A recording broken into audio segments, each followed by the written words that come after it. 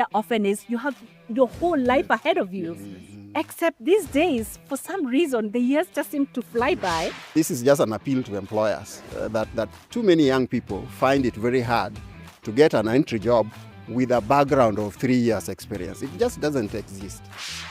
Don't be too idealistic. Don't be sitting at home and missing out on an opportunity that is available because you're waiting for an opportunity that you don't know if it's going to materialize. Life is all about consistency and hard work. And in anything you do, I agree. Passion could open the doors for you, but consistency and hard work keep you there. Thank you so much. Nice weather, son.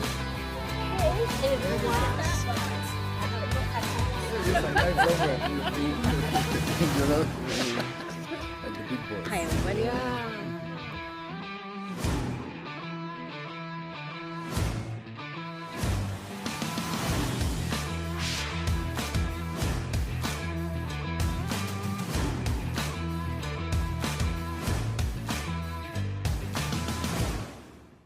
Hello everyone and welcome to Sasa Africa. And this is our first episode and it's going to be an interesting one. We're going to talk about career planning and finding a career path when you're just transitioning from school and into the job market. So this is titled The Career Campus. I am Jerry O'Willy, a digital media planner. I'm Olke Senyawa. I'm a field reporter. And I'm Douglas Okwach, African Affairs Editor. And I'm Penina Karibe, CGTN anchor and reporter. It's beautiful to be in your company this morning, you guys. It is lovely. The last time we were together. Lovely morning. It's been a while, right? Yeah, The it's four been, of us. yeah, It's right, been a while. yeah. Yeah. Yes. And it was a different platform as Yes, well. I don't it think was. we've been outdoors in this way. Oh, yeah, you're right about that. Yeah, and it was in the afternoon, Yes. not morning. But in terms of a media production, this is the first time you're doing it, all of us. Yeah. Correct. As something that's, a serious conversation that you're going to churn out as a production. Interesting about the similarities of where we were last time and where we are today. Given that we were at a university and now we are out here, but still talking about university students and their future. Yeah. Very interesting. Is it a coincidence, Jerry? It's not.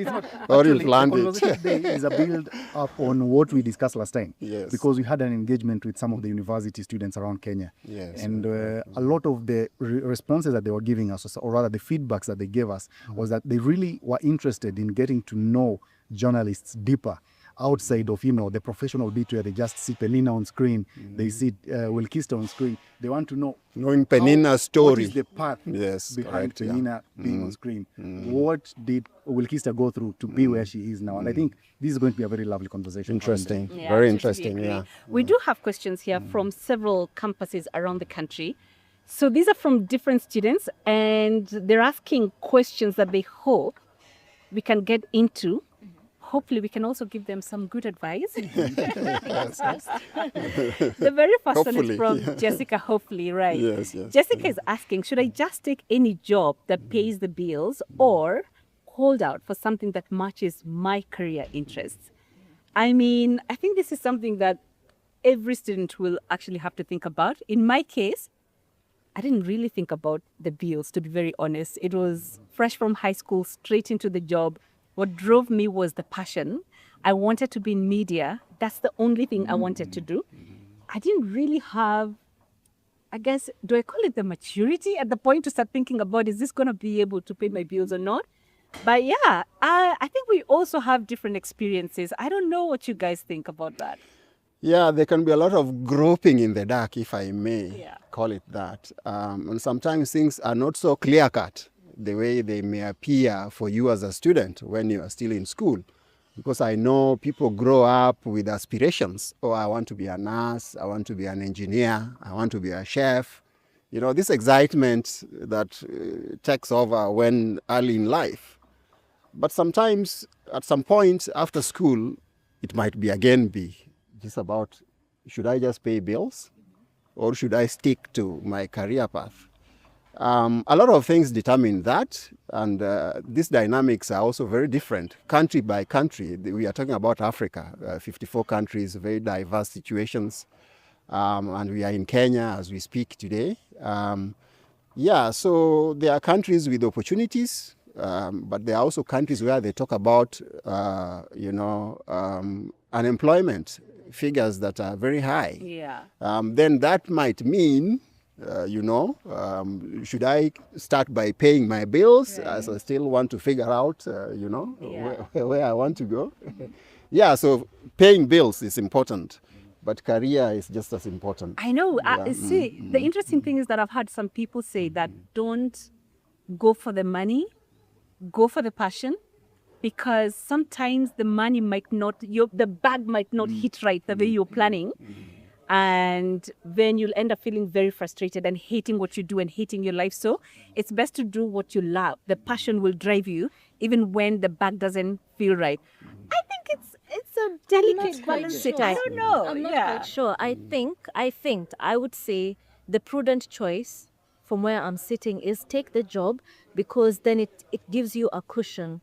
It allows you to, it fuels the dream. Right. Like you can keep a roof over your head and, food on your table as you chase the dream. Because I think don't be too idealistic. Don't be sitting at home and missing out on an opportunity that is available because you're waiting for an opportunity that you don't know if it's going to materialize. Right. So I would say, guys, let's be practical. I think chase the dream. Chase the dream.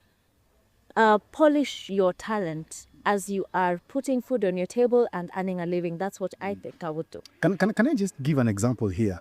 Fresh from university, I had a friend, and same class, done everything, and then we get out here, and I remember my first entry into media was at a local station here in Kenya, and that was an internship then. And I remember the friend got the same internship because we got that internship through a lecturer back at our university. And we went for interviews, and luckily we were selected. But I remember I was very excited about it because for me, I didn't have any other connection into the media industry, and I really wanted to practice journalism. So for me, I'm grabbing this with both hands. But my friend, he actually also came in, but I think he lasted 2 weeks, because he then got another job which was not really related to the media. He went to become a salesperson for one of the local organizations in Nairobi. And that was because as an intern, he was earning pretty, it was just like basic pay, and just some stipend to allow you travel from your home to the office. But then with this new job, it wasn't well paying, but it was quite significantly more than what he was getting. And of course, I maintained later on, did some work, and they saw, okay, we can bring you on board. And so I got into the industry now fully. And my friend later on, because again, with these sales and marketing opportunities, especially in Kenya and other parts of Africa, they are always temporary. So 4 months down the line, 4-5 months down the line, that kind of opportunity comes to an end. And so now he realizes, you know what, I actually want to go back to the media industry. And at this point, remember, he already reported for an internship, and then he threw it away. So you basically have locked that door. And this is the delicate discussion that Penina is trying to bring. Now, there is the passion bit, and there's also the chase for the money. So you want the money, so you decide, I'm going for the money and not pursuing what probably I would want in the long term. And then now later on, to this day, I remember at least every year he has to try and see and make a call. Is it really possible for someone to get into the industry now? But, it's for countries, especially in sub-Saharan Africa, where we know the employment rates also are really, really high. Some of these opportunities might be very, very hard to come by. So once they come to your door and probably it doesn't work out by your own doing or other factors, sometimes getting back can be a bit challenging. Yeah, I think it's a very delicate balancing act. I don't know. What do we tell Jessica, really? So each one of us has a different career path, a different story, to tell. And we also went to school at different times. And those times maybe were different because some things looked very defined and very definite. There was a time, I understand, when if you are pursuing careers like teaching, careers like medicine, I understand there was a time when the year you are graduating, you are already on payroll. I have doctor friends who told me they were on payroll the year they were graduating. So our fathers were not lying to us. No, they were not. They were not. This is true. Even teaching. Actually, I was writing a book. I was helping a friend. She's now retired. Write a book. She was a senior official at the Teacher Service Commission. And while talking to her every evening as we were working on that book, she told me that she got a posting letter on her final year at the university. She was a teacher. So those were the good old days. So things appeared definite. However, it begins to get more uncertain with population growth, with high demand, with even expansion in terms of sectors of demand. But what I'd like to tell, what is her name again? What I'd like to tell Jessica is there are things that will determine whether you actually pursue your dream. And for me, the key thing here is excellence. Right. Yeah, and I'll tell you that careers like journalism, and Penina would share her story here, sometimes it's more of the talent than the grades. Yeah. So what is it in you that the employer sees, that then the employer can work on in terms of further training to get the best out of you? Yeah. So I still think there is hope for her. There is hope for her, yeah. Let us see what another student is asking us here and whether we can help in terms of advice and sharing our own experiences. Yeah. So let's see what's in here. There we go. It's like a raffle. I know. Picking the raffle. Yeah, let's see. Oh, this is Amalia.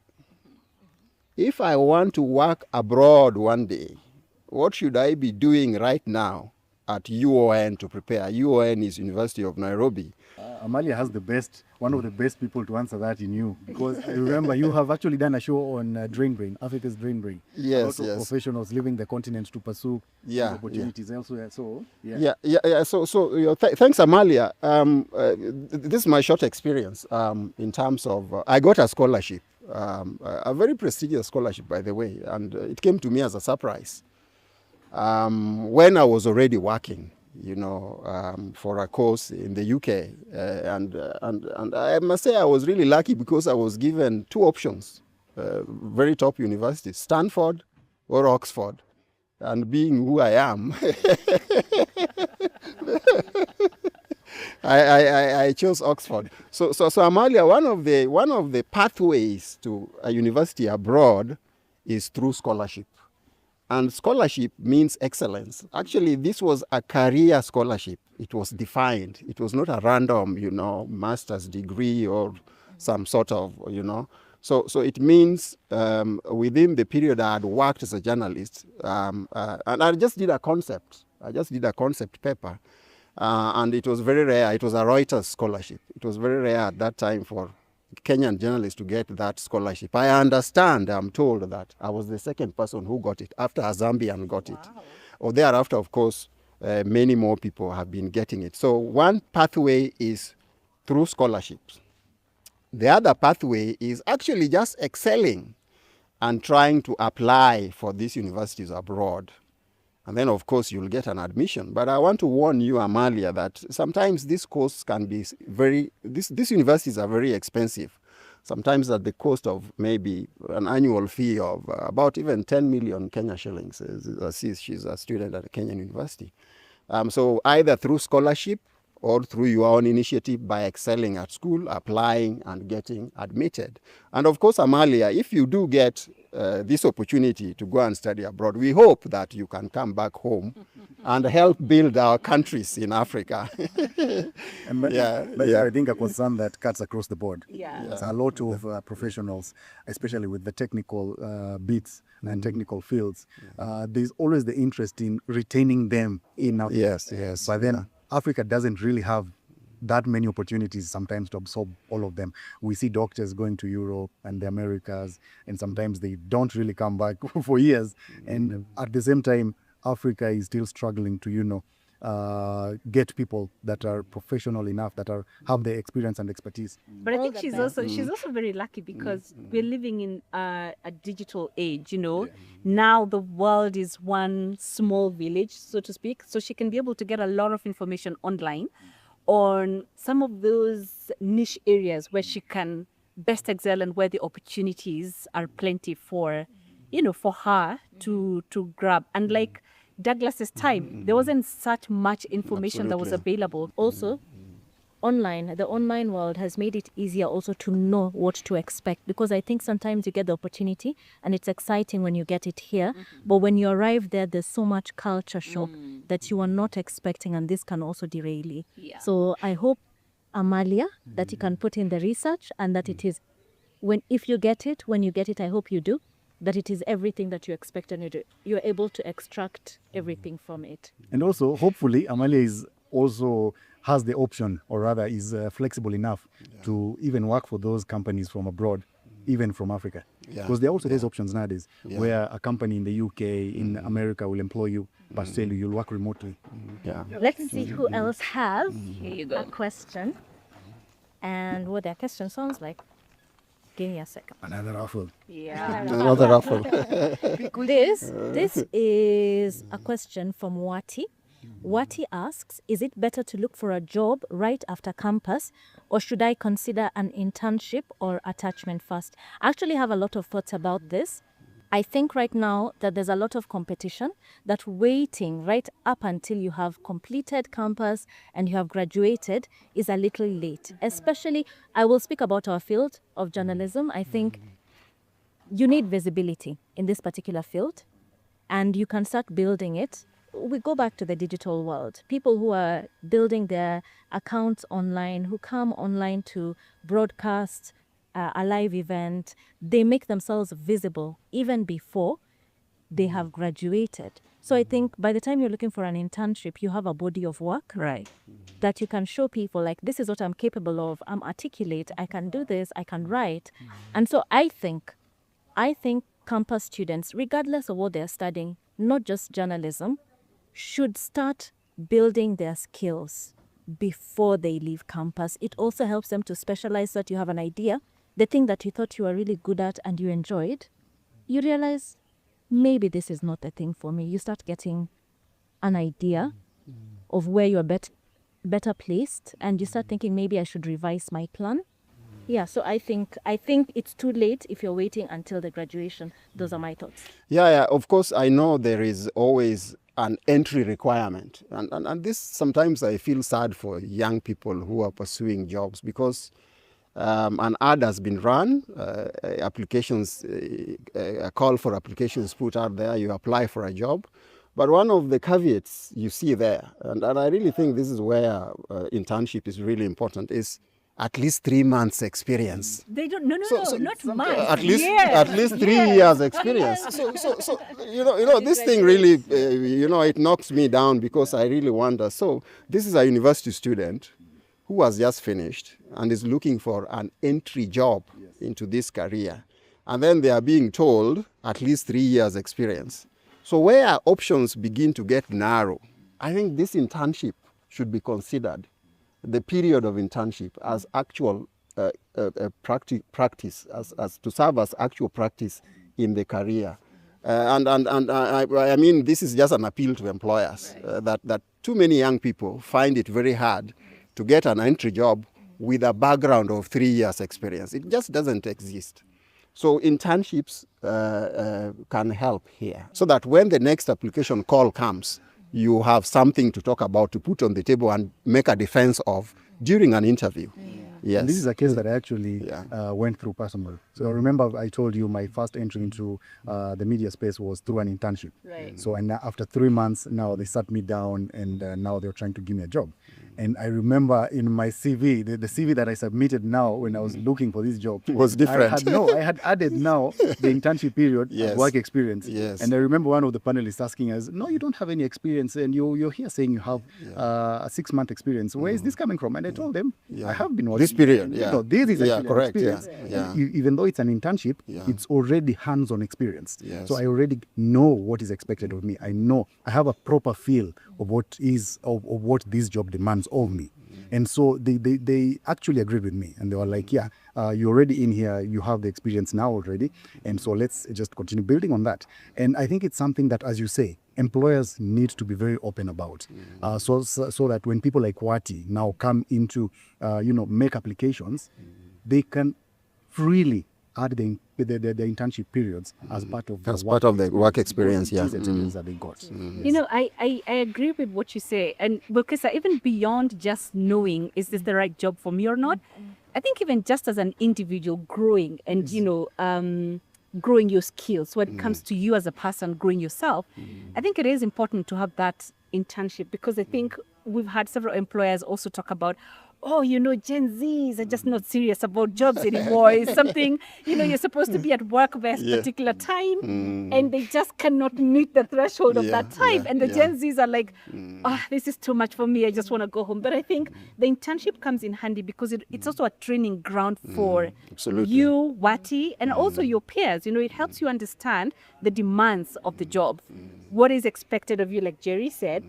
What is expected of you. So by the time you're now ready, primed for the job market, you also already know what most employers expect of you as an employee. So you don't get into, and I think you've studied a lot of millennials, who you're likely to meet in the job spaces where you go. In some and professions, you get to understand their way of thinking also. In some professions like the medical profession, I think internship is a very serious thing. So we talk about actually intern doctors. Yes. Yeah, and the standards are very high. The questions are still many. I want to pick The raffle. The raffle ticket. It's really interesting having young people give you serious questions. Yeah, I mean, that you have also absolutely. wanted to ask, at your point times, yeah? Very good And questions. so this one is from Tracy. Hi Tracy, how are you? Is Tracy Kenyan? She should be. I'm assuming Tracy is Kenyan, yeah? So she asks, is it risky to start my own business straight out of university?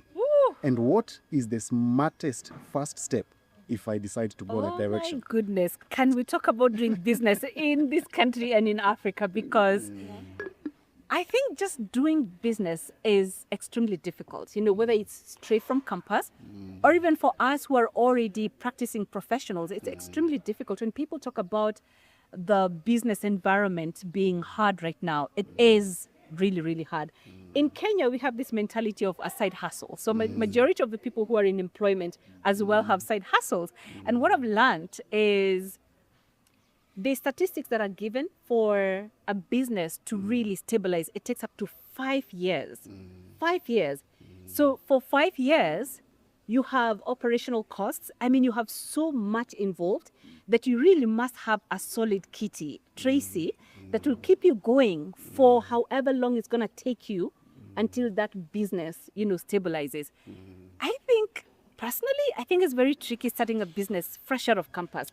I also think, and there's also the risk it might actually take your interest away from your passion. It will, because now you're focusing on money, and the other side, one side has to suffer. And listen, you need capital for that. And a lot of banks need you to be really solid. Accessing credit for majority of the people, Tracy, even for those who are already working, is quite a challenge in this country. So I'm not sure I'd really advocate. What's the name of the student again? Tracy. Tracy, let me give a very personal. I think I know where Tracy comes from. Tracy comes from a school. The school we call it the School of Hard Knocks. Yeah. The idea that the university is not supposed to just prepare you for a job. The idea that you come from the university a complete person. And I think there are some schools that have that motto of or call that when you leave this institution, you are a complete person. So I think that is what Tracy is thinking about. And I think also there are a lot of programs these days, and there are some journalism schools where they offer what we call entrepreneurial courses. Entrepreneurial courses means it is a course that prepares you as an entrepreneur, so that if you are a journalist and you graduate, you leave journalism school with the idea that I'm going to set up something for myself and actually run an entity. Of course, there are challenges, like Penina points out, access to finance, credit challenges, particularly for young people. Again, you remember we were talking about internship and the question that, so where have you worked before?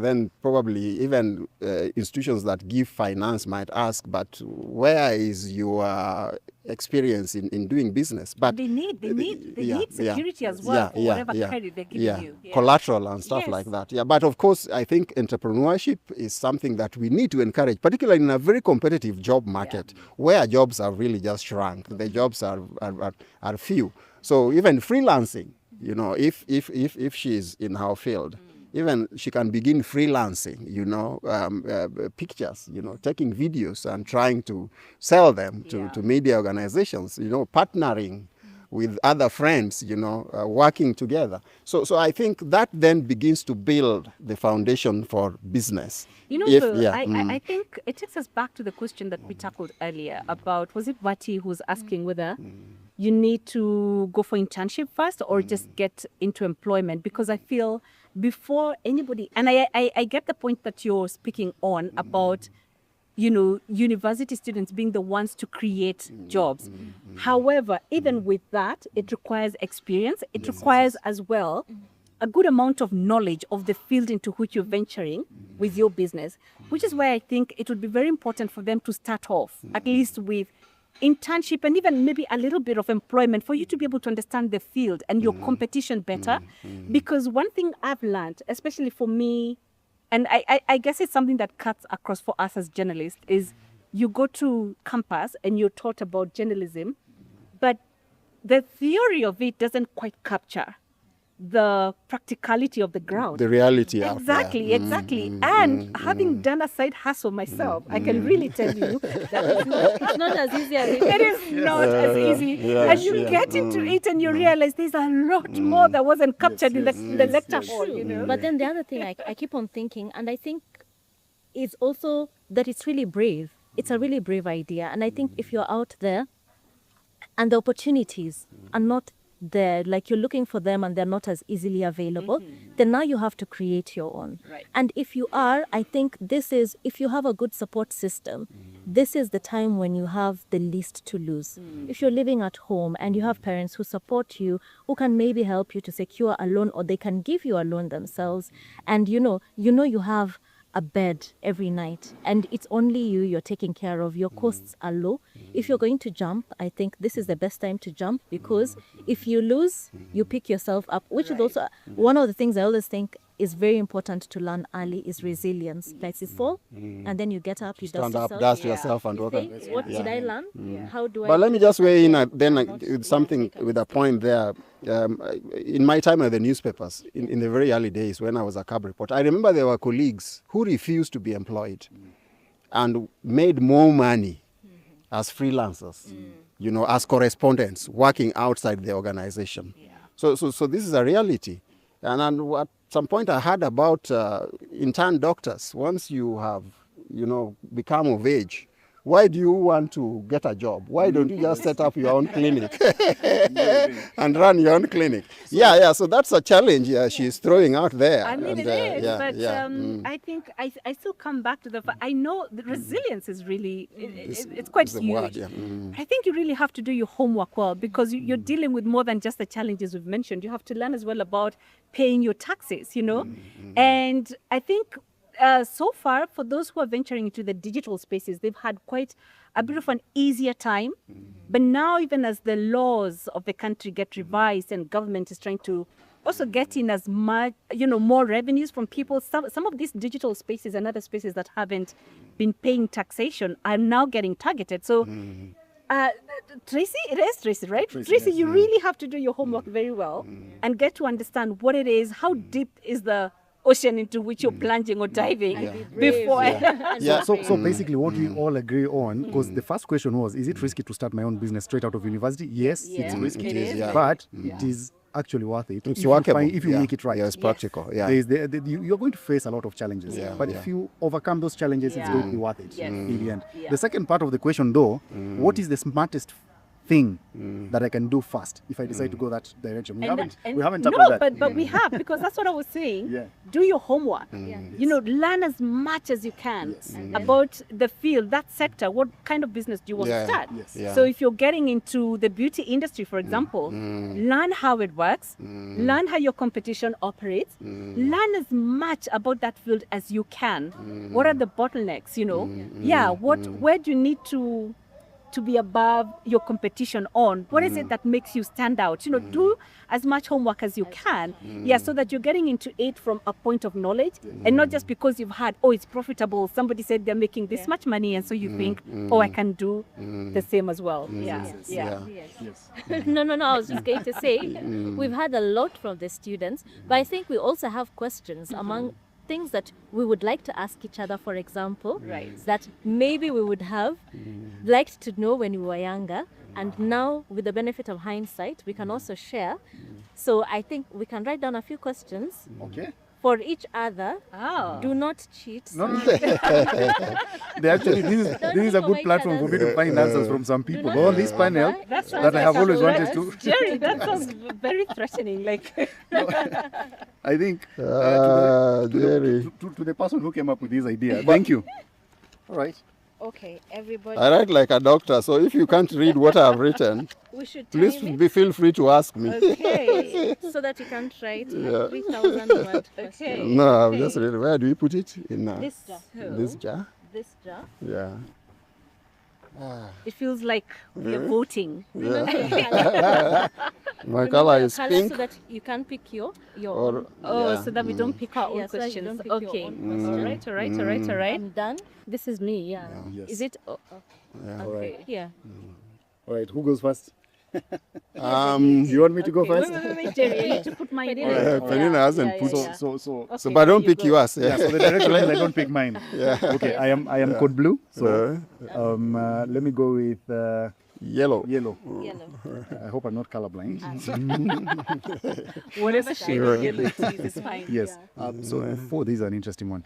What is the biggest lesson you have learned about life since you left campus? What is the biggest lesson you have learned about life since you left campus? Who's code yellow? I did. I wrote that. So Yeah. what's the thinking behind the question? Because I think just listening to the questions we've been tackling here, you can tell there's a lot of hunger for these university students to want to know how it is once they step out of campus. And, you know, we've been here giving them the answers, but I was just trying to think about my time back then and the uncertainties about life that I had. And, you know, just wanting to have a feel of tomorrow, today, so that I feel better prepared for that tomorrow. And so that's what I thought, okay, we could discuss some of our realities, like how you perceived life or what you heard about life while in campus versus how life turns out to be once you're in it. Remember we said you could hear a lot of good things about a certain kind of business, but then the reality on the ground turns out to be different. So that was what informed that question. All right, if I can just go straight to answering in my own perspective, I would say the biggest lesson I have learned since I left campus. Oh, and that was so many years ago. You guys are making me feel old. I would say the biggest lesson I have learned is life is all about consistency and hard work. And in anything you do, I agree. passion could open the doors for you, but consistency and hard work keep you there and open more doors. But the first door, of course, you need to be passionate about something. If you're getting into business, you need to be passionate about the business you're getting into. If you're starting a career, you need to be very passionate about whatever it is that you're getting into. But even if you're the most passionate person in the field that you're getting into, if you do not work hard, if you're not consistent enough, if you do not show up every day wanting to be better, you're never going to make it. You're never going to make it. And for me, that would be the biggest. Very, very spot on. Very spot on, Jerry. And I can't agree more. You know, it's about patience. It's about consistency. Life is a journey, and it can be a very long journey sometimes, career-wise. And I think people start small. Of course, there are people who want to be something the following day, which is very unrealistic. But I've seen that patience, hard work, and the idea that, and dependability, the idea that your employer can depend on you is very, very key.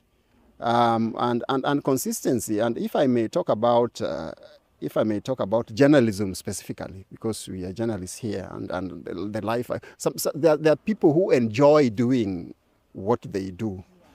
And if they are a reporter, they just want to be a reporter. Yeah. They don't want to be a bureau chief or a managing editor or whatever. And they want to do that because I realize that sometimes quick movement in careers sometimes distract from the initial goals. I just wanted to be a reporter, to cover conflict, to cover war, to cover democracy, elections, to travel around the world, to travel around Africa. I know something that some of us here enjoys, like Penina. Yeah. So, Jerry, I absolutely agree with you, and there's no better way to put it. Patience, consistency, and just giving your best every day. Yeah. For me, one of the things it is true that consistency is a big deal, but one of the things I have learned about life since I started working is I'm one of those people who believes in formulas, or who used to believe in formulas. I went to school and You're very scientific. Yeah, very scientific. I like schoolwork was easy because there's a formula to it. 1 + 1 is 2, is always 2. The result is always the same. And life is very different because different people can do the same thing. All of us can follow the same formula with different outcomes. And I realize sometimes you have followed all the rules and still something goes wrong. And I would take a long time, staring at the problem, wailing, blaming myself, blaming others, if only. And I think being able to pick yourself up and say, this has happened. What do we do next? And then, just making the best out of things. Bad things happen. You don't take too long staring at it. You say, okay, this is terrible. What have I learned? What can I do better? You pick yourself up, you move. You pick yourself up, you move. And that's the same thing. You can't wail forever.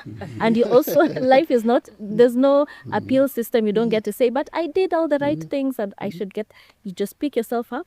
It works in the newsroom. It works in your personal life. It works at work. Learn the lesson, apply it, and move on. I think for me, I would say, much as we are also saying about all of these things, do not lose focus. Because I, for example, hopped straight into a job fresh from high school. I wasn't even 20 years yet. I was still a teenager. And I grew up in the village, which might have contributed to some of my character traits that I have today. I was just really focused. So is that a good or a bad thing? A really good thing in my case because it helped nurture and shape some of the character traits that I've got today. Because then you grew up in the village with a lot of responsibilities and they just follow you, they follow you wherever you go. And now I look back, and that was many, many, many years back, but it feels like it was literally just the other day. And so the thing I've learned is that life passes by so fast. So you could get out of campus and think, oh, I've got, because one of the things we hear often is you have your whole life ahead of you.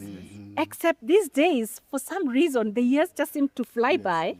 So you really need to be focused on what it is that you want to do and achieve in life, and stay with that razor sharp focus, because like they say, you snooze, you lose. And before you know it, you'll have wasted your time going for sherehe, as we call them in Kenya, which are parties. Party animal. And thinking I have my whole life ahead of me.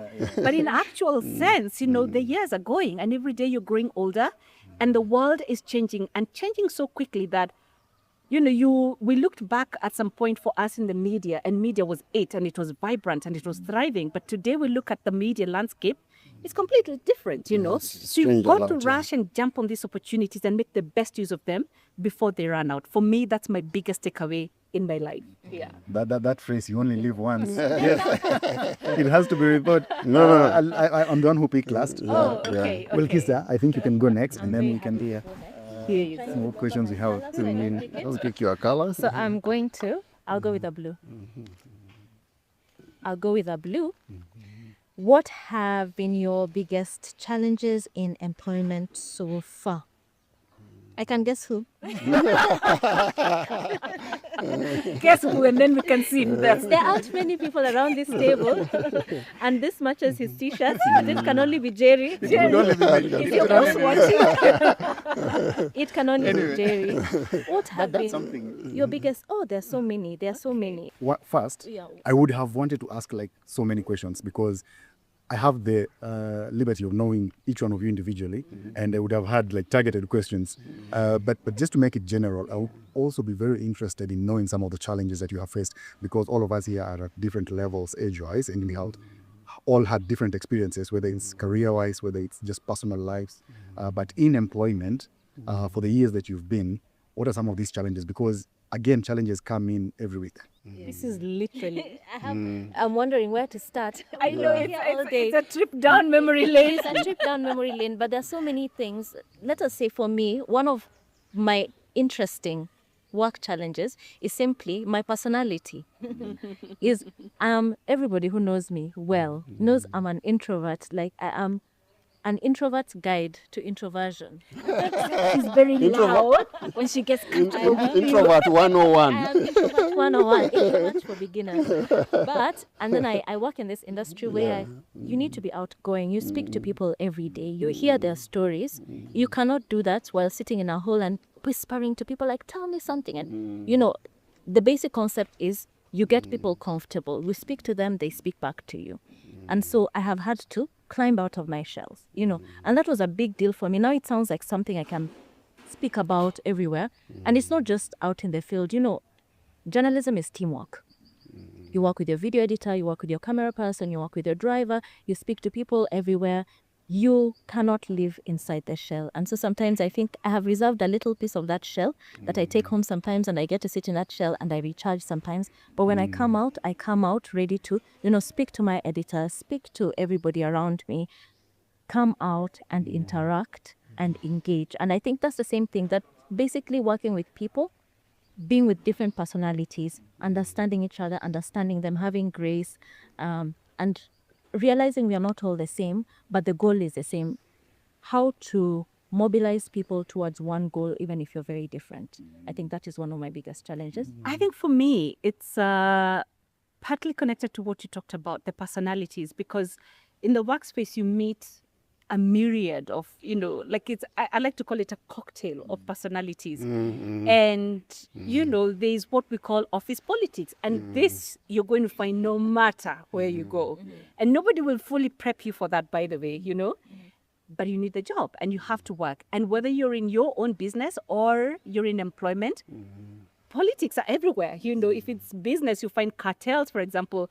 Kenyans can very much relate with this. So how do you navigate around all of those challenges? I think for me, that has been one constant challenge. I've changed jobs severally.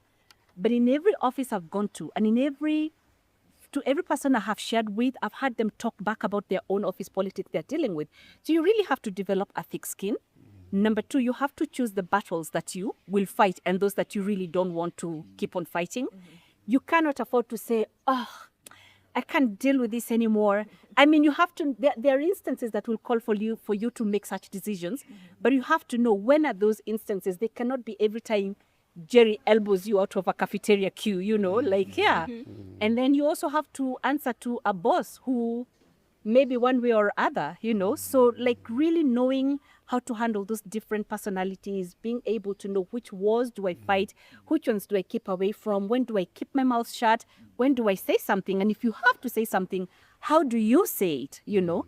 All of this for me, I think are challenges that we have to deal with, and not just in our office spaces, but even in societies where we live, in the estates, you know, in public transport systems, everywhere with our governments, it's everywhere really. But it's a skill we develop. I don't think you really truly master it, but as you grow into these spaces, you learn to be able to pick out, you know, what to handle and what to keep off. Yeah. Thank you. Yeah, this Jerry is asking this question. Yeah? So this is to Jerry. Jerry. Yeah, me, I could speak about this the whole day because I've been here a long time. But let me just pick two areas. One is managing people. I've been an editor, and at some point in my career, I was managing over 300 journalists And these are 300 personalities. And like Penina is saying, sometimes for me the biggest challenge was, how do I get the best out of each one of them? You know, like in the newspaper, I had people who knew how to source a story, but they couldn't write. And I had people who could write, but didn't know how to source a story. So how do you get the best out of the two? How do you partner them? How do you make teamwork produce results in an environment where people's abilities are very different? So sometimes this creates tensions. And how do you manage those tensions? So that is one area. People management is a key thing in work, particularly if you are given the responsibility of managing people, which I was given at some point. There should be courses for bosses to take. Yeah, of course, yeah. Newsrooms are actually boiler room places, oven temperature, particularly when deadlines approach. And sometimes people can shout and yell, not because there's something personal, but just because stuff must be delivered at the right time. So how do you balance between yelling and shouting at a colleague and still being able to walk out the door and come back tomorrow and still maintain normal relationships? So these are things I have gone through. And sometimes you make friends, sometimes you make enemies, but you always try to say, this is not personal. This is just work. So that is really, really important. The tensions, the pressure, and the deliverables that have got to do with work. Then there is this thing called assessment. We call it appraisal at CGTN. How do you honestly tell an employee, you don't just make the cut, or you make the cut? People take offense. So how do you assess somebody objectively, without favoring them because, there might be a fallout, or you see. So these are serious challenges at work and in employment. How do you assess somebody objectively and telling them, ensuring them that they go away knowing that there was nothing personal, that you were just grading them according to how they deliver. So this is still about people. So it's quite a challenge, And then of course there are journalists or their colleagues who want to move quickly. They want to play outside, the normal, the normal way of doing things within the newsroom. So there is also a tendency to try to undercut, undermine. So how do you manage? How do you deal with this? So it's really about the balance, finding a balance in the workplace, And so Penina talked about culture, socio-cultural, in an environment where we are multiracial, having come from a specific background. How do you mix? How do you appreciate other cultures? There might be misunderstandings, but how do you need to learn? So there's also a learning process. Definitely. Yes. And I think I'll still come to your desks personally, so that we can continue that, because I feel like there's still a lot that you could tell me. I was also expecting probably someone to mention how their personal lives sort of also affect, or impact, not even affect, which is negative or positive, their professional work, because I think that also plays a huge part in whether or not you're going to make strides forward in your career and in the profession. Okay, so Dagi, you hadn't picked. Yeah. Let me see what is in here. And read it to you.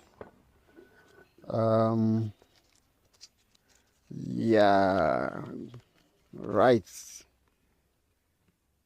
Interesting. Once you get into the job market, what is the most important trait to make yourself effective and efficient? Who asked that question? I asked it because I thought we have been talking about how to secure opportunities, which everybody is very anxious about, given that opportunities are limited, employment opportunities at least.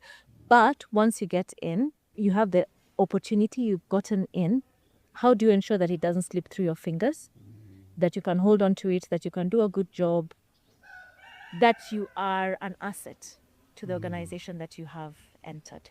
Deliverables, when you get employed, they set the deliverables, this is your role, this is our role, So I think deliverables, being consistent, being productive, having initiative, all these things they talk about, you must be somebody who's innovative in situations where there is uncertainty.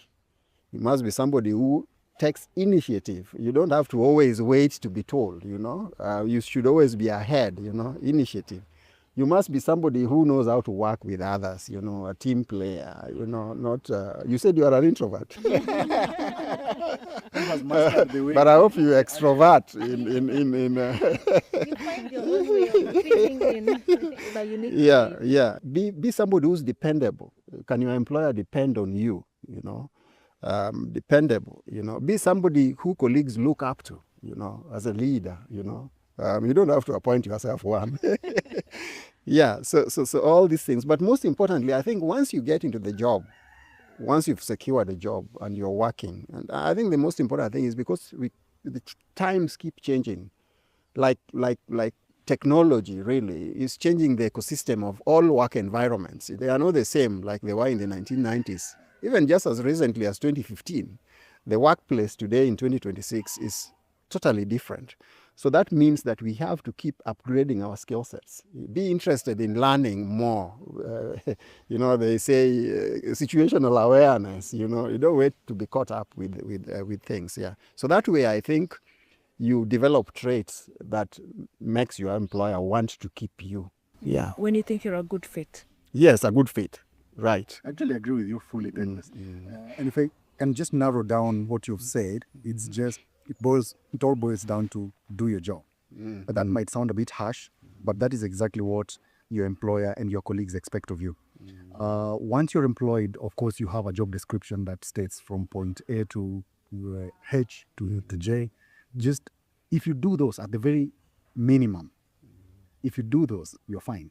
Of course, your employers or your different professions or careers are always going to ask of you even to deliver even beyond those. But at the very minimum, you need to just do what your job description says you do. And if you are now passionate enough, if you are consistent enough, if you're looking to keep getting better day by day, week by week, you are always going to try to be innovative enough, and you're always going to try to go a level further, a step further, so that you deliver even more and you're able to take on even more responsibilities. And that is what your colleagues are going to expect of you. That is what your employer will desire of you. If you do that, it's even better. But at the very minimum level, just deliver on your job description.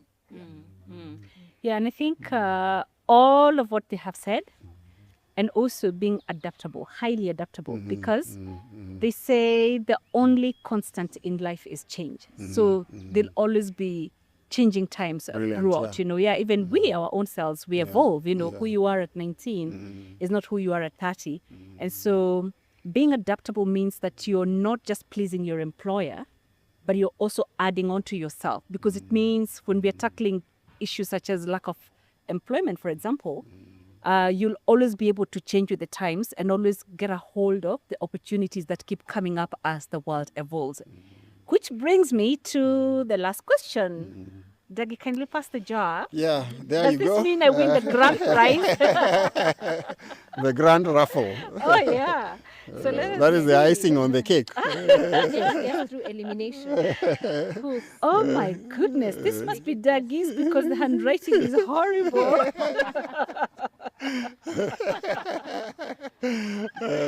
I'm the doctor in the room. I'm curious to know. You're a lecturer, Dougie.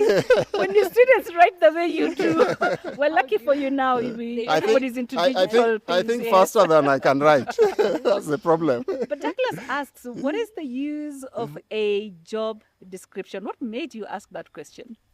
I think for you to do your job, you must know what your job is. And this is important because you are told this at the point at which you are being employed. So a job description spells out your role in the organization, your duties, your responsibilities, you know. So it's like your covenant, you know, when you sign on a covenant, your commitment, you know, with the employer. And I think it is really important because we get constantly appraised at work. And this is the indicator, the marker. You know, you cannot assess what is not measurable, Right. you know. Yeah. So a job description helps you to say, Jerry, you are a reporter, or Jerry, you are a driver, you know, and it's very clear what your roles are. So now we've spoken about, you know, being adaptable, learning new skills. And I'm just wondering, are they still relevant though, these job descriptions? Because I mean, look at us all seated here. I think besides Jerry, the rest of us really, and this is not part of our job description. No, as long as they are jobs, there will always be a job description. My point though is that, for example, take me. My job description would say, as I introduced myself at the top, at the very top of this podcast was, Yes. I am a news anchor / reporter, Yes, right? Yes. However, I have found that I have gone over and beyond, you know. Sometimes the needs in the office have required that I step beyond what the job description says. And I remember earlier on in my career in one of the local media stations, I just wasn't a reporter and anchor. We had a musical show back then. And this musical show used to be played out on television live. And it involved people, you know, sending out their shout outs. And for whatever reason, perhaps because I was the youngest in the newsroom at the time, they decided you are going to come every time the show is on air. You go to the gallery and your work is to sift through all of these things coming out and just pull them out of the computer and onto all the shout outs, you know. And I feel like that's the scenario in every office that people work in, that will always be required to step out of what we call a job description. So are they still important? I do think they are. I think you can't start, it's like a roadmap. You might, you know, we are driving from Nairobi to Kisumu. That's the plan. Something might happen along the way and we need to deviate. Right. But we have to start out with a plan. We can't just get into the vehicle and drive anywhere and say, we'll stop wherever we want to stop. And that's the same thing. I think, like, you know, there's a boundary, creating boundaries, drawing out the expectations. What do we expect? And if I'm doing this, this is not exactly what I would usually do, but I'm stepping out. Like, let's start out with a plan, because I think otherwise it's a recipe for chaos. Anarchy, total anarchy, I agree. Like, you're right in the Yeah, office, and the driver is typing up documents, and everybody, you know, like, it's just everybody's doing everything. Yeah. Sometimes you can agree that, okay, this is not what I should be doing, but we need an extra hand, let's add to it. So I think it helps with drawing boundaries and just being able to say that's a little past what I'm doing, doing, or I might need to build up my skills some more. I'm not quite there yet, but I can work towards it. That's interesting. I've been on my phone just trying to find Penina's videos of her birthday when she's doing the show. She's just... if I find it, I'll send it. I'll send you a link, guys. Don't worry. But I agree with Volkista. I think the whole basis is too many cooks spoil the bowl. So you need to know what is expected of you in this kitchen, because the final product is that serving on a plate. And everyone contributes to that in a different way. If you're going to be the one who's responsible for, let's say, ingredient X, or probably chopping down the ingredients, and then we find you already stirring the soup, that's leave that. That's not your job. Whoever's supposed to do that will do that. And everyone has different sets of skills and experiences, and even the passion bit of it. So all these are supposed to plug into one final product. The bigger objectives of the organization. That is the desire of this particular organization. So I think with the job description, it helps in that way. But also, as an employee, it helps you also when you're negotiating. Because if you have 4 responsibilities and someone else has 50 responsibilities, this guy with 50 responsibilities has You can all ask the right employer to push you can push the envelope. Yes. You're able to, convene a meeting with whoever hired you and tell, you know what, you've given Jerry 4 responsibilities, and I have 10. The same. That's true. I have grown. Right. How I have grown. Yeah. Learn that thing. Yeah. But yeah, it's really, I think, just to make everything streamlined, and also as an employee, it sort of shields you. So it's a marker. It's the indicator. It's the measure. It's the yardstick. However, Yes, the yes. reality on the ground Yeah, is yes, that yeah. you will often be required to go beyond. Adaptability, Panina, adaptability. And you said it yourself, adaptability. Consistency, Yeah, adaptability, growth. I've worked as a commentator when the commentator didn't turn up. A football commentator. Yes, no, political commentator. So we are out there on assignment. We are at the African Union, actually. We are waiting for a commentator to come. Zero commentator. I've been thrown at the deep end of You know, things. that reminds me Yeah. of some time back in the local media when you have a lot of these live political events. Yes. And you'd be there and you're anchoring the show. Yeah. And, you know, because the situations, I'm sorry to confine it to newsroom, but maybe that's because majority of us were there. But you'd find that the content isn't ready, but you're already on air. And so the news director is busy just saying, keep talking, keep talking. Say something. Say something. So I guess, you know, I mean, you really have to be prepared to go out of that job description. Like we said, it's to keep you on track, but it doesn't mean that you're confined to that. Do your job, as one of our cameramen next to tell us, do your job. But just know that you need other skill set to take you beyond, and I guess to also keep you relevant in the job market, you know. Yeah, so it's been a good, maybe an hour, maybe more than an hour, I don't know, but it's been a great conversation we've had here, the four of us. It feels short, I know. It feels short, and I really hope we've been able to answer your questions. But we'd like to also welcome your feedback, whatever suggestions, comments, even further questions that you have. Feel free to reach out on our social media platforms. They're listed here below. And hopefully we can be able to tackle them in the next episode of Sasa Africa. This was the premiere episode of Sasa Africa. For now, we say kwaheri, bye-bye. Bye. See you soon.